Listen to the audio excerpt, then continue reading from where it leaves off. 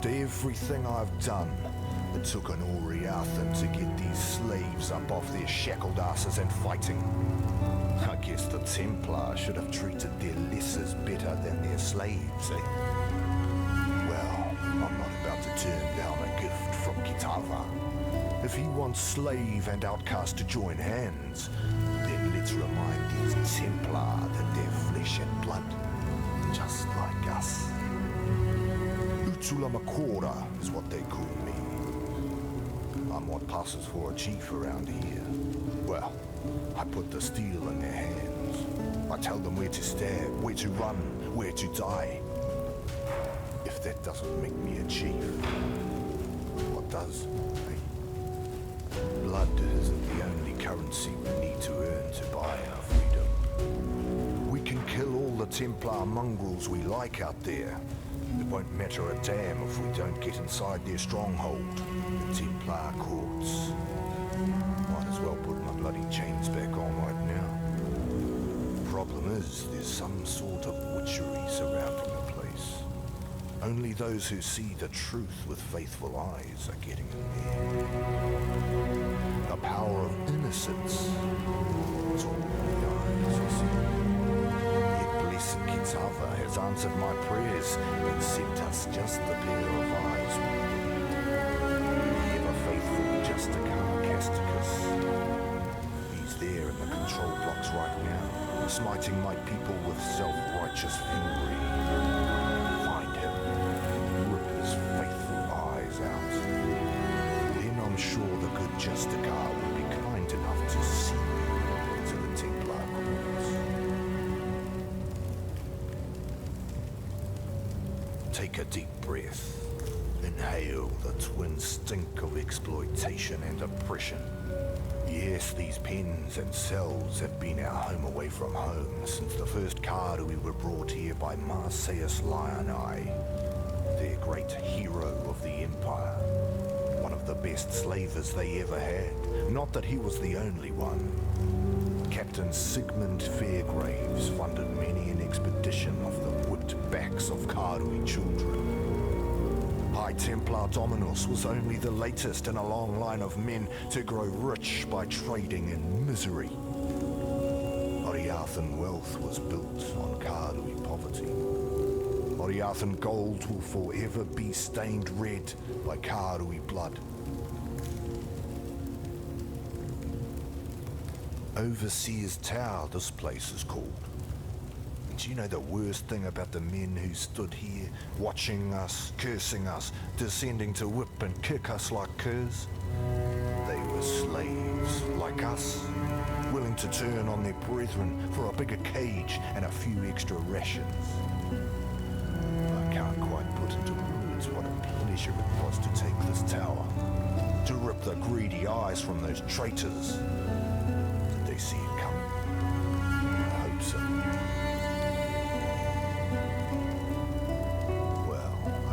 His other names, the Black Spirit, the Cannibal King, the Ravenous One. He was all of those things before Tsukuhama slashed out his eyes, before Valakor drowned him in the sea, before Hinekora whipped him and condemned him to immortal darkness.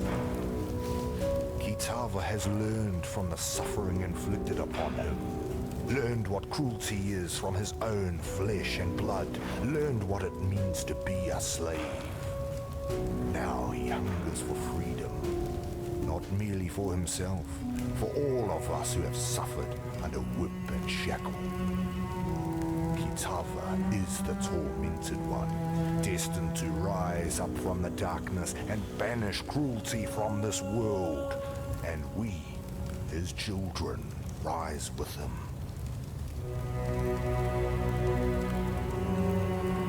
Old Red Eyes. He's been quiet for a long time, just like Kitava and Tsukuhama, all the old gods. Now innocence has woken up, and with him, power like I've never seen the Templar wield before. It's all right though. We slaves, we've got our own god looking out for us now. I can see him in the eyes of my brother. brothers and sisters, smell him in the blood we've spilled, hear his call and the screams of the fallen. I don't rightly know where the gods have been or what's brought them crawling back, nor do I really care. All I need to know, my friend, is that we're not alone anymore. There's two parts to the Templar, the grim face and the spotty ass. Out front you've got the Templar courts, usually the last place our Hatungos see if they're stupid enough to preach their craft within a Templar's hearing. Oriath's woodmongers must do a roaring trade with that place. When the wind blows right, you can even smell the aroma of barbecue blasphemer from here. The arse end, that's the chamber of innocence. It's where the real earnest believing gets done. Where the young Templar go to pay their respects to God Almighty and get the good sense baptized out of their heads. I've not seen the inside of the chamber myself, but you can feel it from over a block away. Like there's an eye in your gut, peering through your insides, looking for even the tiniest stain of sin. I tell you, sane people go in one end of that place, ash and apostles come out the other. Watch yourself in there. With Dominus away in Rayclast, someone had to keep the wheels of oppression turning. Avarius was only too happy to take the job. He'd had plenty of practice already, of course. It was Avarius who led some of the largest and most crippling raids upon the Ngāmakanui and the Ngākura McCoy. It was on his orders that men, women and children were shackled and shipped like cattle to Theopolis. And it was Avarius who spent 5,000 Karui lives building his Templar court and his chamber of innocence. Who had wives and daughters scrub their husbands' and fathers' blood from the stones so as to preserve their purity. When you meet Avarius, feel free to exact a little extra vengeance in the name of Karui's suffering.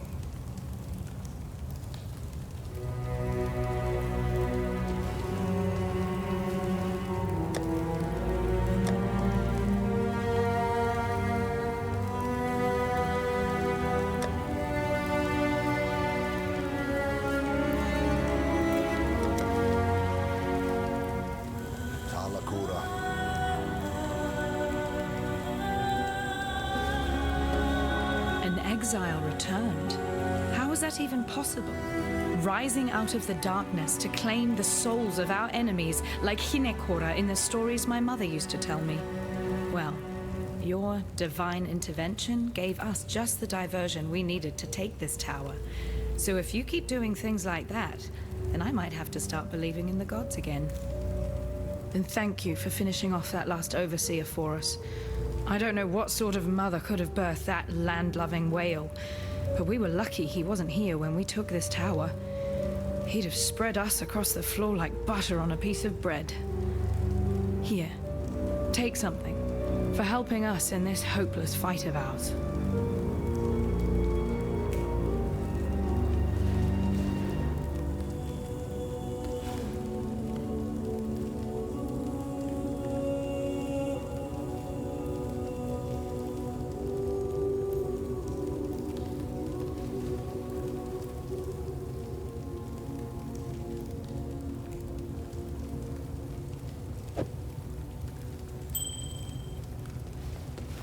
We'd been planning it for months, spreading the word, stealing weapons, gathering support. Utula and his followers did most of the dirty work. I just carried a few messages here and there. Should have known I'd end up like this when the real fighting started. In the darkest hour before dawn, that's when we broke our chains. And as many overseer necks as we could wrap our hands around. We took the Panopticon as the sun rose over Theopolis, and that's as far as we got. When you're up against cold steel and colder hearts, there's only so far that anger will take you. Few of us can say that we've devoted our lives to anything greater than ourselves. Can you? I think Utula can. Since the day I met him, I've seen Utula do nothing that wasn't in the service of his people. He's a smart one. He could have escaped. He could have sailed off to Namakanui and never looked back. Yet there he stands, our herald of freedom. I might die of this wound, yet I'd be giving but a fraction of what Utula has to honor the Karui way.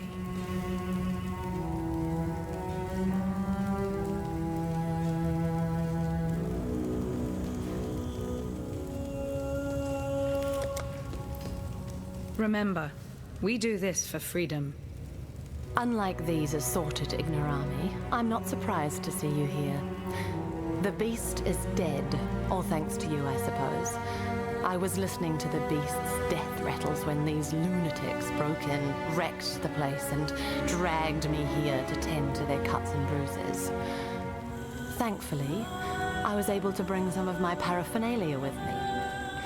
The balance of power is shifting in your favor, O murderer of nightmares. If I am in possession of anything that might smooth the transition of governance, don't hesitate to ask.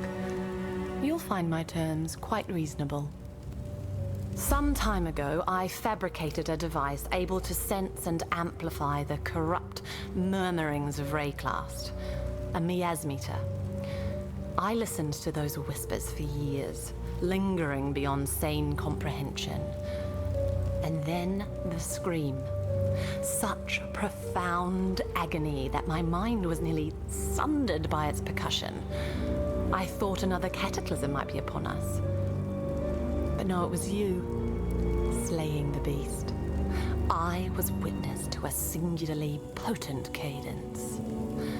This corruption, I am convinced that it holds the very key to our human history, and with it, our very existence.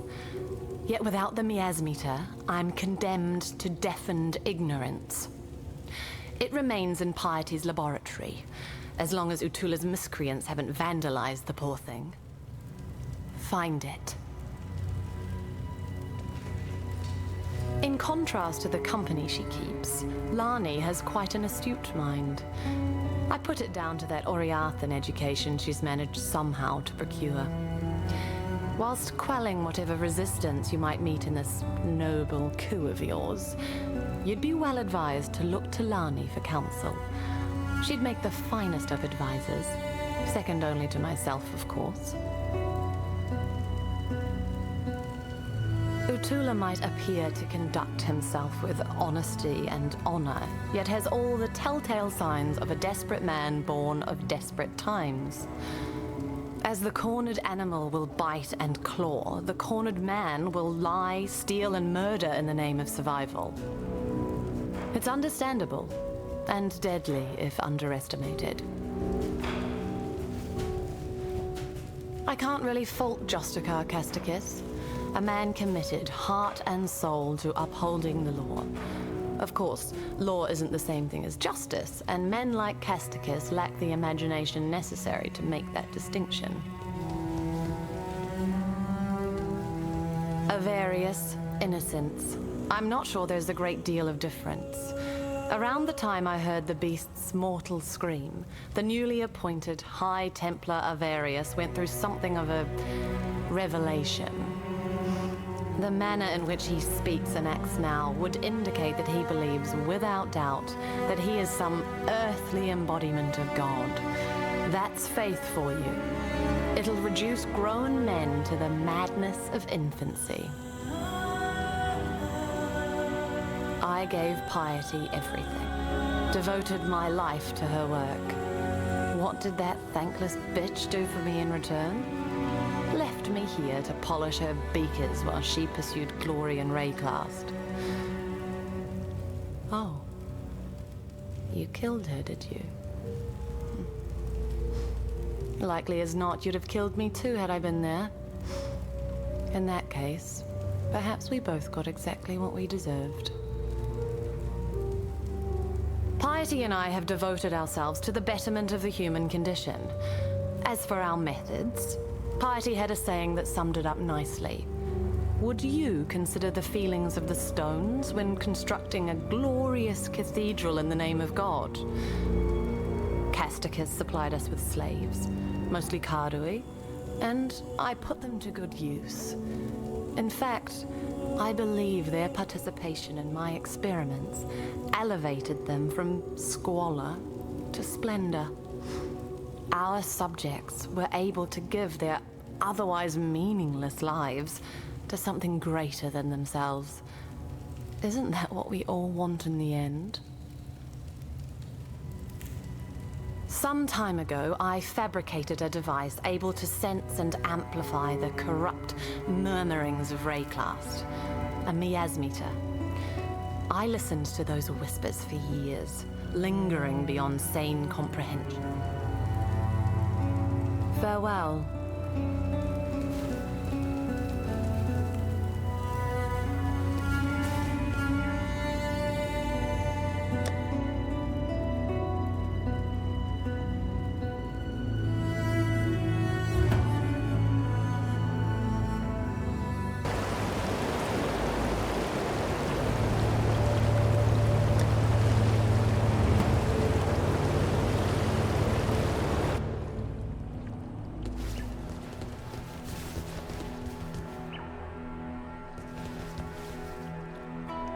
To kill a man like Dominus, that's an accomplishment worthy of Kaum, my greatest ancestor. Were we in Namakanui, I'd make you a Makanga, an honored warrior. But we are not in Namakanui. We dwell in a city of death, and my respect is all the honor I can bestow on you. You have claims the most worthy of prey, Makoru. Piety and Dominus, the harbingers of nightmare. I'm not saying the war is over, but you've given Rayclast a much-needed respite. Because of you, this land lives to see another dawn. Be well.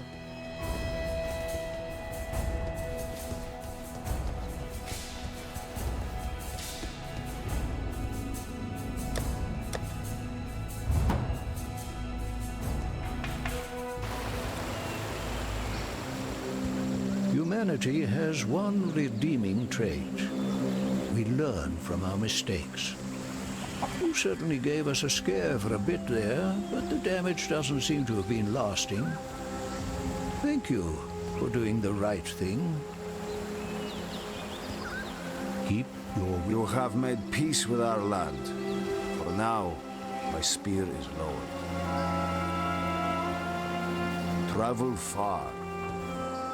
I knew this strangeness would pass. Silk does not run from such things. I stand, I guard, when others shiver and shake. Thank you for returning our reality to us. I think we've all had a glimpse of what could happen if Piety tries to harness the power of the Vaal for her own ends. A man-crafted mountain of 4 sheer sides. That's a pyramid. Vaal architecture. I've covered a lot of the countryside with Piety and seen nothing like that. Still, history is in the habit of burying its dead. Perhaps you could try looking down instead of up. Keep your life to your own.